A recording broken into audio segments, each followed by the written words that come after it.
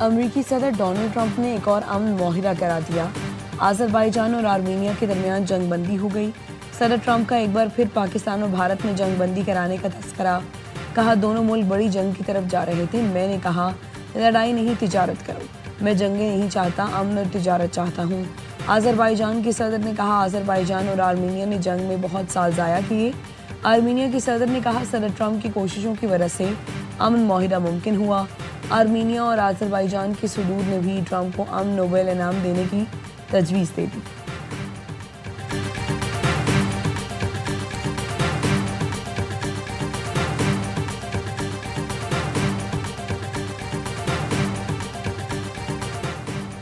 Security forces کا بھارتی حمایت یافتہ دہشت گردوں کے خلاف آپریشن یوگ کے علاقے سمبازا میں انٹیلیجنس بیسڈ آپریشن فتنہ خارج کے 33 دہشت گرد ہلاک کر دیے۔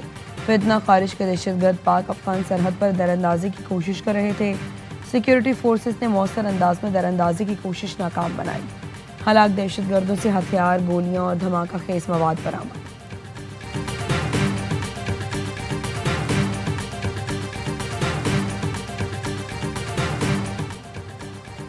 ایف بی آر نے نئے مالی سال کے لیے انکم ٹیکس میں ترامیم کے رولز جاری کر دیے۔ نان فائلرز کے بینک سے رقم نکلوانے پر ٹیکس کٹوتی میں اضافہ کر دیا۔ یومیہ 50,000 سے زائد رقم نکلوانے پر 8% ٹیکس لگے گا۔ پہلے ٹیکس 6% تھا۔ ایکٹیو ٹیکس پیئرز لسٹ میں شامل نہ ہونے والے افراد پر اضافی ٹیکس نافذ ہوگا۔ سینٹ قائمہ کمیٹی نے 75,000 کیش نکلوانے پر 8% ٹیکس کی تجویز دی تھی۔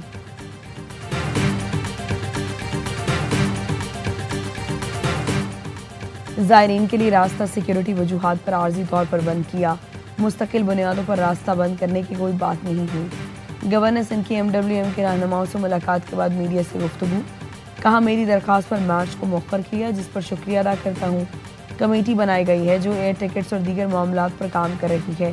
آئندہ 48 گھنٹے میں کمیٹی کے نتائج آنا شروع ہو جائیں گے۔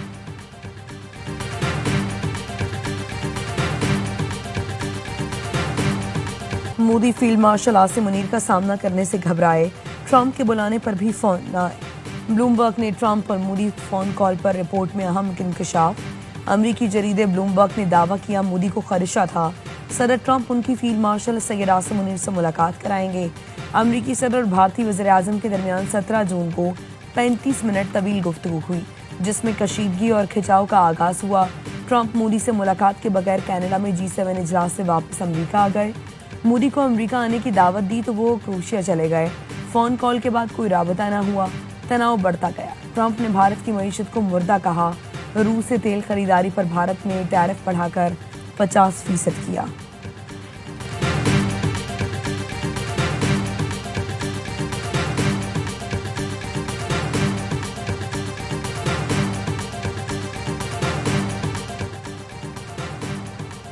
پاکستان کی صدر ٹرمپ سے قربت پر بھارت کے پسینے چھوٹ گئے۔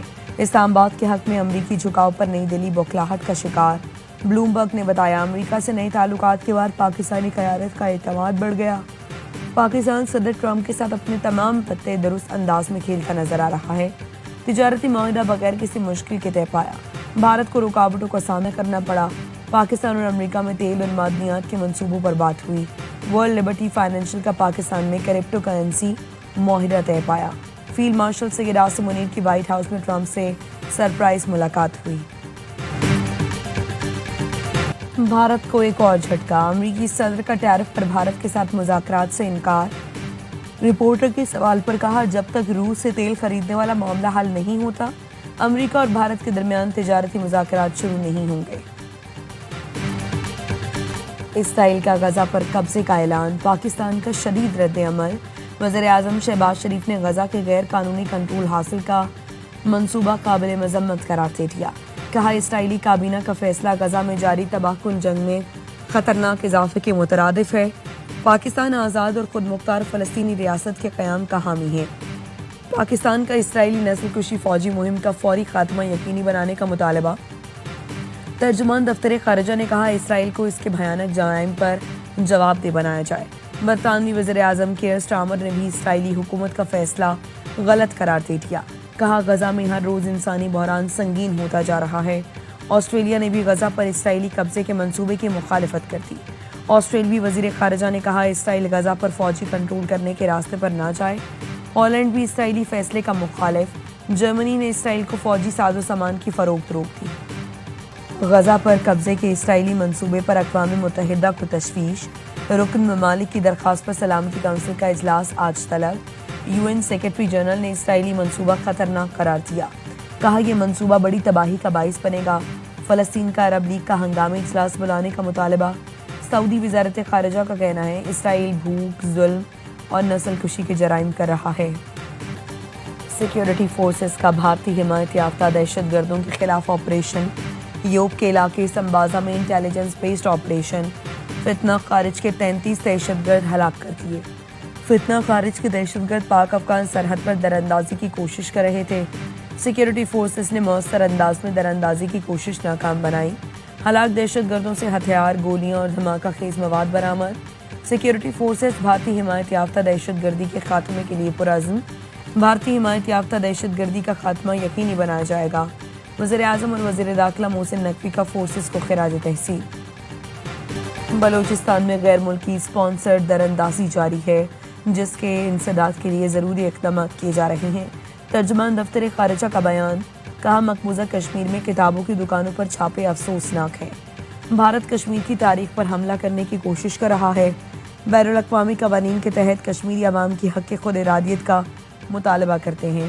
پاکستان نے غزہ کے مظلوم فلسطینیوں کے لیے 18ویں امدادی کھیپ بھجوا دی۔ وزیر اعظم شہباز شریف سے چیئرمین PP بلاول بھٹو کی ملاقات۔ پاک امریکہ تعلقات اور ملک کی معاشی صورتحال پر تبادلہ خیال۔ دونوں رہنماؤں کا پاک امریکہ تعلقات کے فروغ پر اظہار اطمینان۔ ذرائع کا کہنا ہے پیپلز پارٹی وفد نے ملکی معیشت کی بہتر صورتحال کو سراہا۔ ملاقات میں نائب وزیر اعظم اسحاق ڈار، آصفہ بھٹو، شیری رحمان، عطا تارڑ، رانا ثناء اللہ اور دیگر بھی موجود تھے۔ بلاول بھٹو کی سربراہی میں PP وفد نے وزیر اعظم کے کزن کے انتقال پر تعزیت کی۔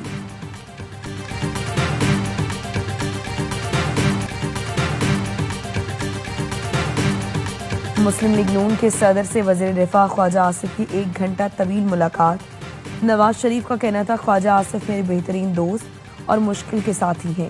ہم نے آسان اور مشکل وقت ایک ساتھ کاٹا۔ نون لیگ میں سیاسی ورکر کی اہمیت سب سے زیادہ ہے۔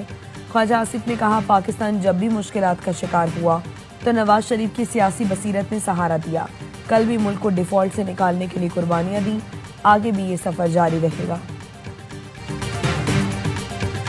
2.5 سے 3 گھنٹے کی ملاقات تھی۔ فیلڈ مارشل صاحب ہر بات خود لکھ رہے تھے، ایک بات ساری ہماری سیٹلمنٹ ہو گئی ہے۔ آج بزنس کمیونٹی واپس خوشحالی کی طرف ہے۔ میں ان کو سلوٹ پیش کرتا ہوں، خراج تحسین پیش کرتا ہوں۔